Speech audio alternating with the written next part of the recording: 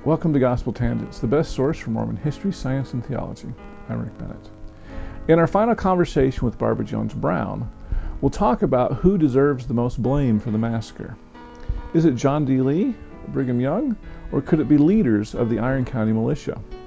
Barbara will answer that question in our final conversation. Check it out. I'd also like to remind you to please sign up for our newsletter. Go to gospeltangents.com/newsletter, and you can find out about our latest guests. Check out our conversation. All right, so it sounds like Brigham was lied to initially, and the trial didn't happen for about 18, 20 years, I'd say. Yeah, John D. Lee's trial. So at what point did Brigham Young change his mind and decide that Mormons were involved, and John D. Lee specifically? So as I mentioned, so he's lied to repeatedly for years. But, federal investigators, they're investigating and they find out the truth of the story pretty quick, very close to what we know about the massacre today. So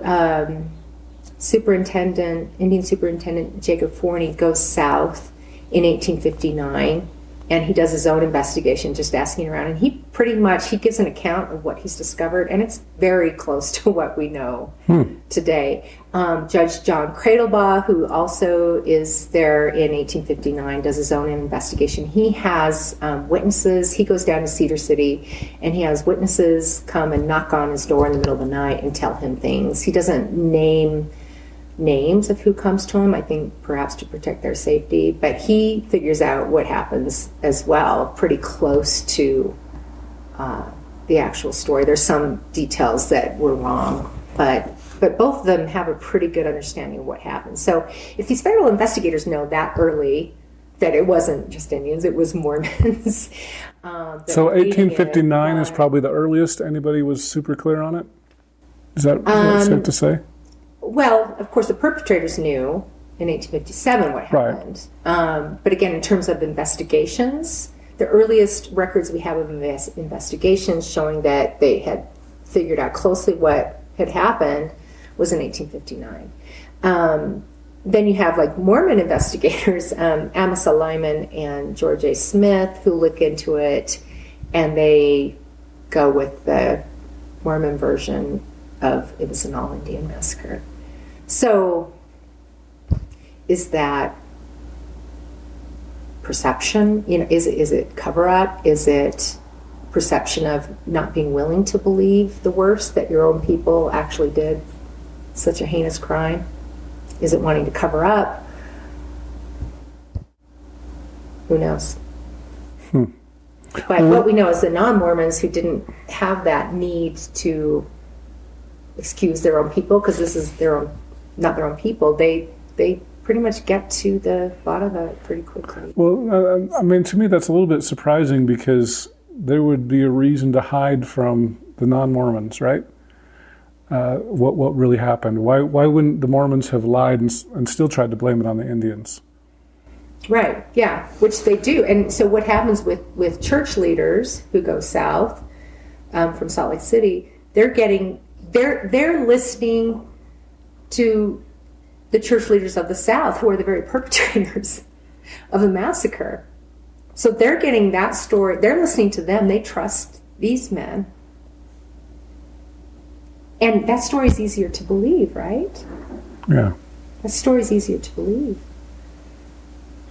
Whereas the non-Mormons, they're getting witnesses who aren't necessarily the church leaders down south, who are coming to them privately and quietly and telling them. Jacob Hamlin starts learning more too. As he's gathering these 17 children, he starts hearing more and more as well. And Hamlin is traveling with Forney through southern Utah, helping him. So, yeah, but the non-Mormons who don't have any kind of a need to believe, oh, these aren't their people, so they can, it's easier for them to accept the fact. So it sounds like some rank and file people were telling what was happening. Yeah.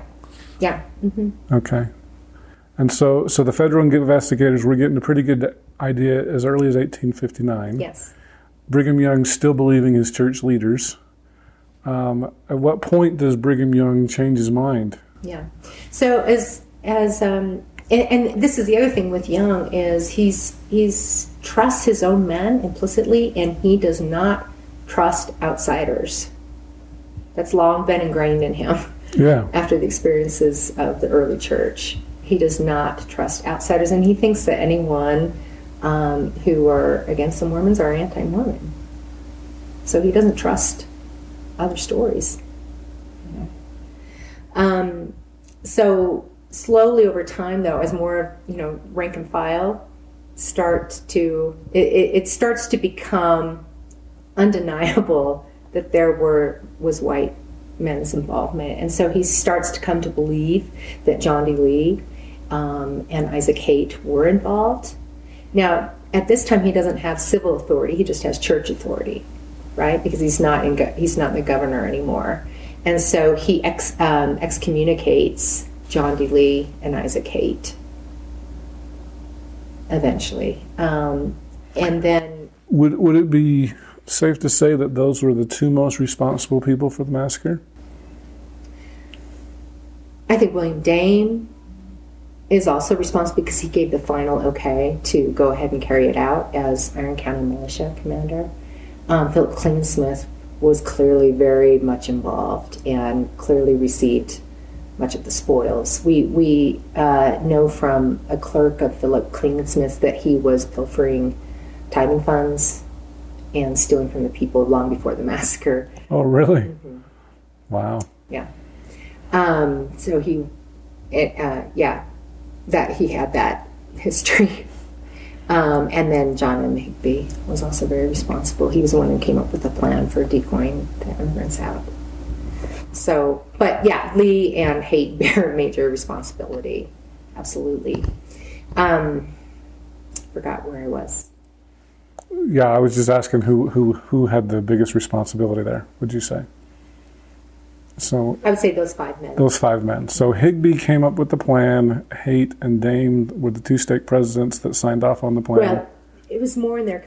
Yeah, they were 2 stake presidents. They were also militia, the top of the militia. Yeah, top of the militia. Yeah. Lee was the one... He was there at the first account. He received much of the spoil. He murdered people himself. It may be that Young... it was also easier for Young to accept the Mormon settlers' version of events, because he knew he had put in place that strategy of encouraging raiding of cattle, and he may have feared that, oh gosh, did my policy, did that strategy in wartime contribute to this? And in this explosive episode. And I think we know he did. He feared that he would come to the same fate that Joseph Smith had, that he would be placed in prison and murdered while in prison. So how much blame does Brigham Young deserve then? I agree with Juanita Brooks' conclusion that his rhetoric before the massacre was very dangerous. Privately, he was writing and saying, I don't want any blood shed in this conflict. But he was definitely whipping people up into a state of hysteria. Now, what was he saying? He was saying, we will burn our homes, we will go into hiding places, but stock up on arms and ammunition. But he was using words like, we will submit to oppression no more. And if they come to harm us again, I say slay them. And, using language like that. So that was dangerous rhetoric, very dangerous rhetoric. And then this policy of encouraging Indian interpreters, Mormon interpreters who spoke Native American languages, having them encourage and lead raiding of immigrant travel, immigrant raiding of cattle was a contributing factor. Yes. So did he order the massacre? No.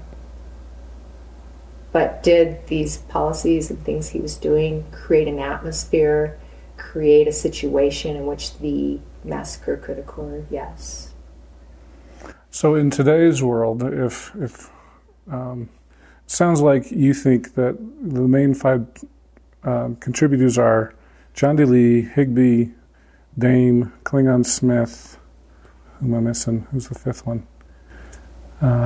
Higbee, Lee, Klingon Smith, Dame, and Haight. Haight. Okay.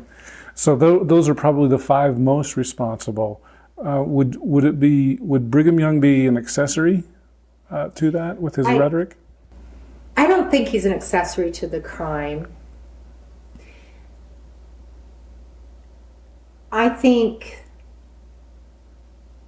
I look at President Donald Trump today and some of his rhetoric that he uses. Did he tell people to do what happened at Charlottesville? No. But did his rhetoric make people think it was okay to do what they did? Some people think it was okay to do what they did at Charlottesville? Probably. So, would you call Trump an accessory to any crime? And would you call Trump an accessory to the crime that occurred at Charlottesville when you had, one of these people drive a car into protesters? No, I wouldn't call Trump an accessory to that crime, no. But did his rhetoric encourage some people to think that was okay? Possibly. Mm-hmm. It's reckless. Mm-hmm. Yeah. I based on all the sources I've looked at, I don't think Young intended a massacre, a slaughter, bloodshed, because he says again and again, I don't want any bloodshed in this conflict. So, but was it a natural consequence of all of these events taking place? Yes. But the main thing I want to stress is the immigrants who so tragically were killed in Memphis bear no responsibility for what happened to them. They did not deserve this, and that's one of my main messages I'm always trying to debunk, or the messages I'm always trying to share to debunk the belief that, they had it coming to them. When I hear anything like that, it just makes my blood boil, because they didn't have it coming to them. They were innocent people, and very tragic, unfortunate episode, darkest episode in Mormon history, and arguably in Utah history. And so. All right. Well, thank you, Barbara, for spending so much time and letting me come to your home. So I really appreciate that. So do you have any last words before we go? So I was the content editor of Massacre at Mountain Meadows that came out in 2008, published by Oxford University Press, and I am now working as a co-author with Rick Turley to write the sequel to that volume 1. And so that's how I've learned so much about the aftermath of the massacre, is working on that volume. So that volume picks up on September 11th, 1857 in Salt Lake City, where Jacob Hamlin is being sealed by Brigham Young to his second wife, Priscilla Leavitt. It picks up there and then goes all the way through the trial and execution of John D. Lee and the death of Brigham Young. So I have learned more about I don't know more, but I've learned a great deal about the massacre and motive and what happened by looking at what happened after the massacre. Oh, yeah. So I hope that it will be just as enlightening for others. Yeah. Now, when does that book come out?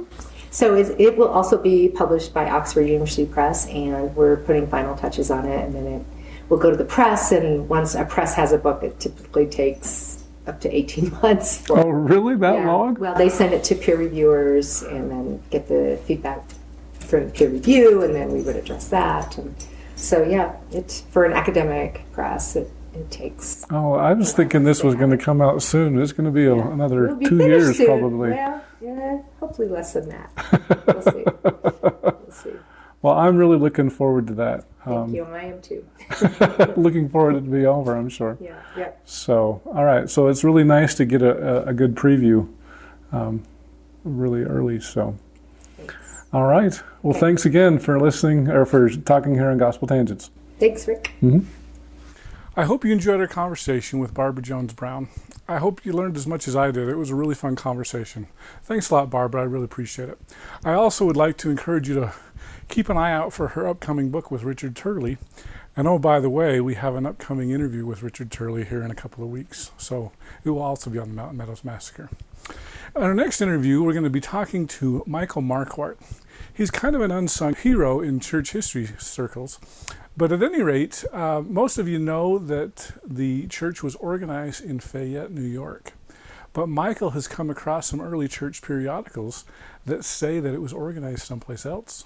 And of course, the early Church of Christ did publish in the Evening and Morning Star, the first church periodical, that was organized and established in Manchester on April 6th, and that's also where you find where it mentions 6 members. Please subscribe at patreon.com/gospeltangents. For $5 a month, you can hear the entire interview uncut. So please subscribe at Patreon or on our website at gospeltangents.com as well. For our latest updates, please like our page at facebook.com/gospeltangents. And also check our Twitter updates at Gospel Tangents as well. Please subscribe on our Apple Podcasts page at tinyurl.com/gospeltangents, or you can subscribe on your Android device. Just do a search for Gospel Tangents. Thanks again for listening. Click here to subscribe, here for a transcript, and over here we've got some more of our great videos. Thanks again.